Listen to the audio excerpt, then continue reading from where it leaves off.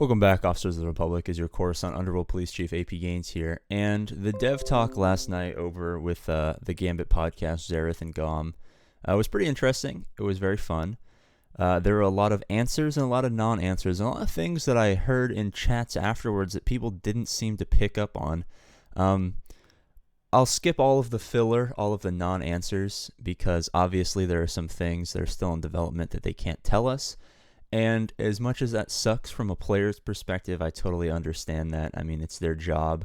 They have rules that they have to follow. If we ask them a question that their bosses told them, hey, we're still working on this, you cannot talk about this, of course they're not going to talk about it. So we have to put that behind them, and that's totally fine.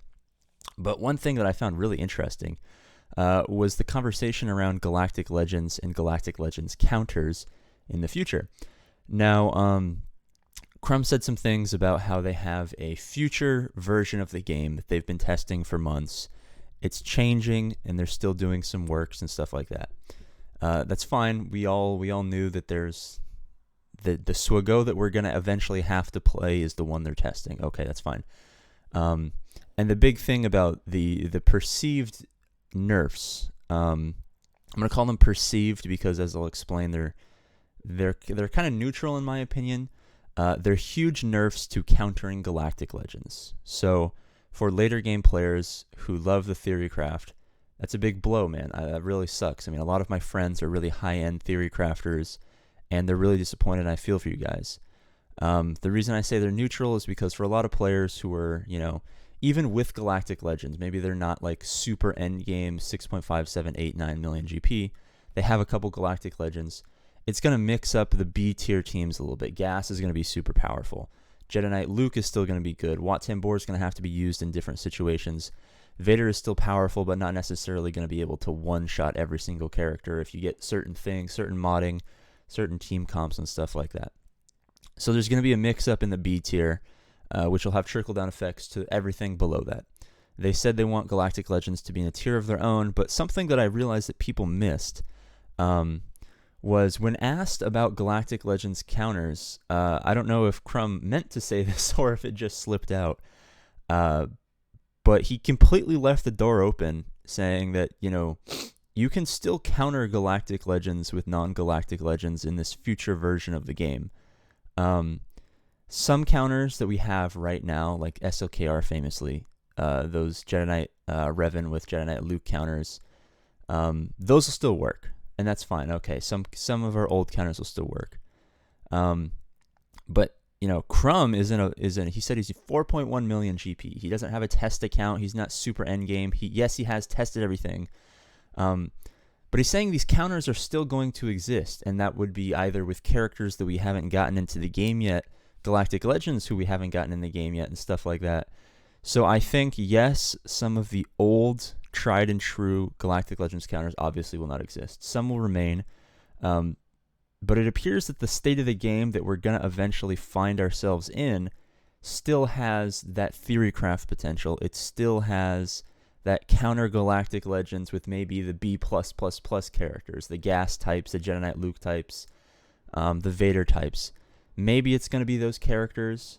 Maybe it's going to be versions of those characters, i.e. like when Jedi Knight Luke came out, like he was, oh my god, it's like Gas. It's like he's the best non-Galactic Legends character. We're going to get a couple of those characters, I imagine, throughout the course of this iteration of the road ahead. Obviously, I mean, we get one or a couple every so often, or some reworks and stuff like that. So those characters are going to exist. They're still going to be able to do the job that they have been doing. It's just the older versions of those B+++ characters needed to be rewritten for coding purposes, or just to make the engineers' lives easier about all the caveats in like Sith Eternal Emperor or in Galactic Legends kits. So the old versions that we've had forever are not going to be in the place that we know, and a lot of us know and love them to be in. And it's taken a while, but I've definitely accepted that as fact and understood that these kind of counters, not these specific counters with these specific characters, but these kinds of counters are still going to exist in a version of the game that they're testing down the road. And for that reason, I'm very optimistic, because The theory crafts, there's still going to be theory crafts. All of this stuff is still going to be a part of the game. It's simply that the ones that we know in the game right now had to be changed to create other characters in the future. And because they made this change, their conscience of how these characters who aren't quite Galactic Legends have the potential to lead to beating Galactic Legends. And it seems like they understand that and are okay with that in certain situations. They just don't want the ones that we've had in the game for a long time or for a little while. And, Luke's relatively new. I'll still call Jedi Knight Luke a relatively new character. He's been in the game for over a year, but those type of characters are still going to be in that spot where they are right now before the update goes live. It's just not going to be those specific characters, if that makes sense. So I don't know if that was something that he was trying to put out there, but definitely something I haven't heard a lot of people talk about, and I was definitely thinking about during the interview. I got pretty excited, actually. Shout out to Gom and Zareth for getting that little nugget to slip out there in the interview. Or maybe he wanted to throw that out there to kind of assure us that it was going to be okay. Because we have to remember that they've known for months. It's a big game. There's lots of money involved. They test stuff months in advance. They're probably playing with characters that we're not going to see for over a year. They're probably throwing ideas around for Galactic Legends for those B+ teams that could potentially counter Galactic Legends, but definitely beat everything below them. They've got this stuff planned out, and for what we learned from the interview is the people who develop the game actually enjoy the game.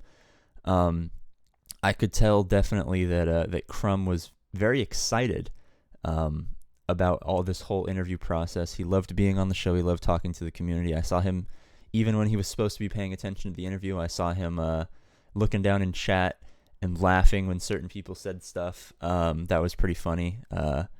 So yeah, I'm pretty excited. I expect growing pains, like he said. There's probably going to be like a month or two where those changes that are down the road for us, but they've been testing for a while, just for logistical reasons or for just how they plan their road ahead in terms of character drops, because obviously they have to space them out, give people time to farm certain stuff. They can't just drop everything at once and have nothing new for the rest of time.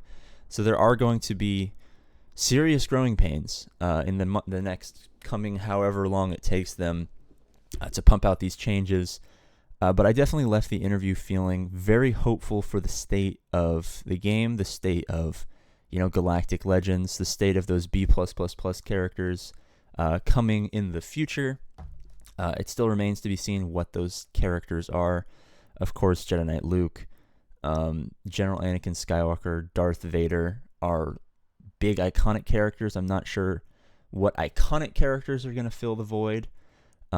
Maybe we're getting new versions of beloved characters. Guys, if you're watching this, some sort of powerful Mace Windu in a Jedi Knight Luke / Gas type of viability. That would be pretty nice, my friends. I can't imagine that coming to the game anytime soon, but but the good news is we got Hondo. Hondo is confirmed coming whenever they can fit him in. So they want Hondo as much as we want Hondo.